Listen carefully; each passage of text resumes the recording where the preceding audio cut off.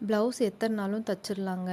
ஆனால் அந்த ப்ளவுஸ்க்கெல்லாம் கொக்கி வைக்கிற வேலை இருக்கே, அதுதாங்க பெரிய வேலையாக இருக்கும். நம்ம அதுக்கெல்லாம் கொக்கி வைக்கிற நேரத்தில் ஒரு ப்ளவுஸ் தச்சு முடிச்சிடலாம்.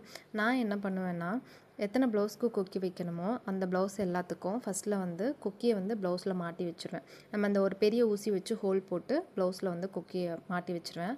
அதுக்கப்புறம் என்ன பண்ணுவோம், ஒரு ஊசி எடுத்துக்கிடுவோம். ஒரு ப்ளவுஸ்க்கு வந்து நூலை கோர்த்துட்டு அதை தச்சு முடிச்சுட்டு மறுபடியும் ஏஞ்சி போய் மறுபடியும் இன்னொரு ப்ளவுஸ்க்கு நூலை மாட்டிட்டு வந்து மறுபடியும் தைப்போம் இல்லையா?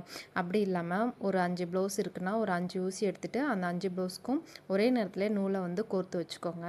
வச்சுட்டு நம்ம தைக்கும்போது ரொம்ப ஈஸியாக இருக்கும். வீட்டில் இருந்துட்டு கொக்கி மட்டும் வைப்பாங்க தெரியுமா, காஜா மட்டும் வைப்பாங்கன்னு சொல்லுவாங்க. அவங்களுக்குலாம் இது ரொம்ப யூஸ்ஃபுல்லாக இருக்கும். நான் இந்த மாதிரி தான் பண்ணுவேன். எனக்கு ஈஸியாக இருக்கும் இது மொத்தமாக கோர்த்துட்டு தைக்கும்போது.